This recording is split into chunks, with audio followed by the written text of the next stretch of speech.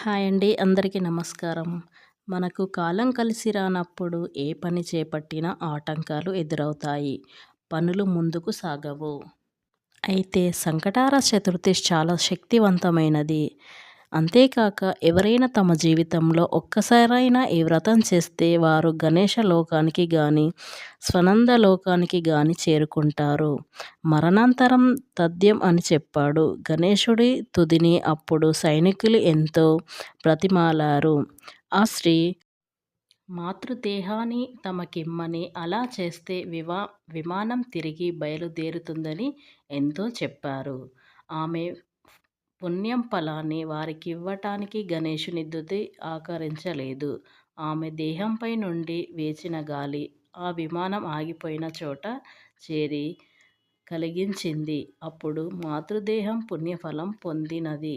దానివలన ఇంద్రుని విమానం బయలుదేరిందని చెప్పారు. ఇదండి ఈ కథ సంకటార చతుర్థి ప్రాముఖ్యత. ఆధ్యాత్మిక విలువలతో పాటు సంకటార చవితి, ఉపవాసం మొదలైన విషయాల గురించి తెలుసుకుందాం. తెలుసుకోబోయే ముందు నా చిన్న రిక్వెస్ట్ అండి. ఈ ఛానల్ అయితే కొత్తగా చూసినట్లయితే సబ్స్క్రైబ్ చేసుకోవడం మర్చిపోకండి. వినాయకుడి భక్తులందరి దృష్టిలోనూ ఈ వ్రతం చేయటం వలన చాలా పుణ్యం పొందుతారని భావన. ఈ వ్రతం మహత్యం వలన ఈ వ్రతం ఆచరించిన వారు ఎవరైనా గణేశుణ్ణి వ్రతం చేసినట్లయితే మనం సంపాదించిన డబ్బుపైన దిష్టి దోషాలున్నా, మన ఆర్థిక సమస్యలతో బాధపడుతున్నా, ఎవరైనా పెళ్ళి కానీ అమ్మాయిలు కానీ అబ్బాయిలు కానీ ఇలాంటి వ్రతం చేసినట్లయితే తొందరగా శుభకార్యాలని జరుగుతాయి.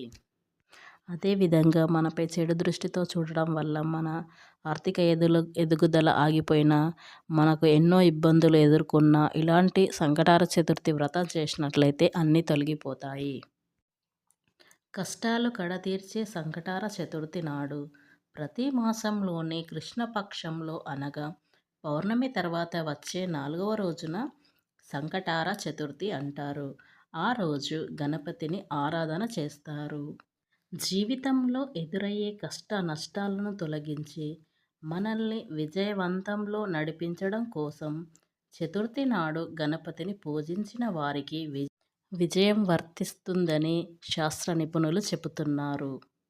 ఎవరైనా సంకటహార చతుర్థి వ్రతాన్ని కనీసం 3 సార్లు ఆచరించాలి, లేదా 5 సార్లు కానీ 7 సార్లు, 9 లేదా 11, 21 సార్లు కానీ ఆచరించవచ్చు.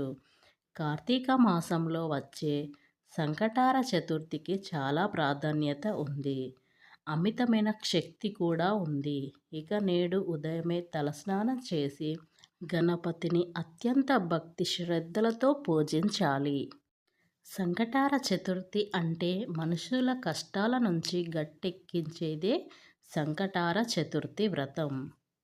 విఘ్నాలను తొలగించే గణపతికి అత్యంత ప్రీతిపాత్రమైన తిథుల్లో ప్రధానమైనది సంకటార చతుర్థి.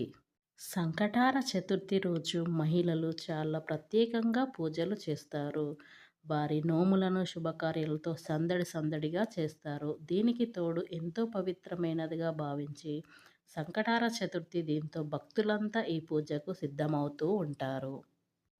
ఒకవేళ సంకటార చతుర్థి మంగళవారం గాని వస్తే దానిని అంగారక చతుర్థి అని అంటారు. అలా కలిసి రావడం వల్ల విశేషమైనది పర్వదినంగా భావిస్తారు. అంగారక చతుర్థి నాడు సంకటార చతుర్థి వ్రతం ఆచరించడం వల్ల జాతకంలోని కుజ దోషాలు, సమస్యలు తొలగిపోతాయి. సంకటార చతుర్థి రోజు ఇలా చేస్తే మీ కోరికలు అన్నీ నెరవేరుతాయి. కాబట్టి మీ మనసులో కోరికను తలుచుకొని 3 గుప్పెల బియ్యాన్ని తీసుకోవాలి. వాటిని ఎర్రటి వస్త్రంలో పెట్టాలి. ఇలా పెట్టిన తర్వాత 2 తమలపాకులు, ఎండు ఖర్జూరాలు, 2 ఎండు వక్కలు దక్షిణ పెట్టి వాటిని అన్నిటినీ మూటను కట్టాలి. ఆ మూటని వినాయకుడి ముందు పెట్టి ధూప దీపాలను వెలిగించాలి. కొబ్బరికాయ, పండ్లు సమర్పించాలి. ఇలా ఎవరైతే చేస్తారో వారికి వినాయకుడు విజయాలను అందిస్తాడు. అంతేకాదు సంకటార చతుర్థి వ్రత కథను చదవాలి. తర్వాత స్వామికి కర్పూరం నీరాజనం సమర్పించి తదుపరి వీలుంటే సమీపంలోని వినాయకుడి ఆలయానికి వెళ్ళి 3 సార్లు లేదా 11 సార్లు లేదా 21 సార్లు ప్రదక్షిణలు చేయాలి. సూర్యాస్త సమయంలో వరకు పూజ చేసిన వినాయకుడిని కదపరాదు. సూర్యుడు అస్తమించిన తర్వాత మళ్ళీ స్నానం చేసి దీపం వెలిగించి తిరిగి వినాయకుడిని పూజించాలి.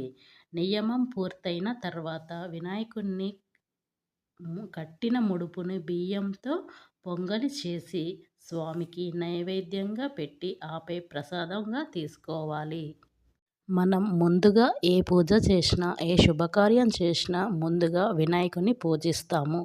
తర్వాతనే వేరే పూజలు చేస్తాము. కాబట్టి వినాయకుడికి అంత శక్తివంతమైనది కాబట్టి సంకటార చతుర్థి రోజు ఈ వ్రతాన్ని ఎవరైతే చేస్తారో వారికి సిరి సంపదలతో పాటు అష్టైశ్వర్యాలు కురిపిస్తాడు. కాబట్టి అందరూ సంకటార చతుర్థి రోజు ఈ వ్రతాన్ని చేయవలెను. సంకటార చతుర్థి రోజు ఇలా చేస్తే అదృష్టం పట్టి మీకు తిరుగు అనేది ఉండదు. విపరీతమైన ధనాకర్షణ పెరుగుతుంది. మనం సంపాదించిన డబ్బు పైన దిష్టి ఉన్నా ఇలా సంకటార చతుర్థి వ్రతం చేస్తే అన్నీ తొలగిపోతాయి. ధనలాభం బాగా పెరుగుతుంది. మన ఆర్థిక కష్టాలు అన్నీ తొలగిపోతాయి. మీకు వ్యాపార సమస్యలు కానీ, ఉద్యోగ సమస్యలు కానీ, ఏ సమస్యలున్నా ఈ సంకటార చతుర్థి రోజు మీరు ఎవరైనా ఈ వ్రతం పూర్తి చేయవచ్చు. కాబట్టి ఈ వ్రతం వల్ల మీకు అన్నీ తొలగిపోతాయి. ఈ సంకటార చతుర్థి అనేది అంత శక్తివంతమైనది కాబట్టి సంకటార చతుర్థి రోజు ఇలా చేయండి. ఫ్రెండ్స్, నా చిన్న రిక్వెస్ట్ అండి.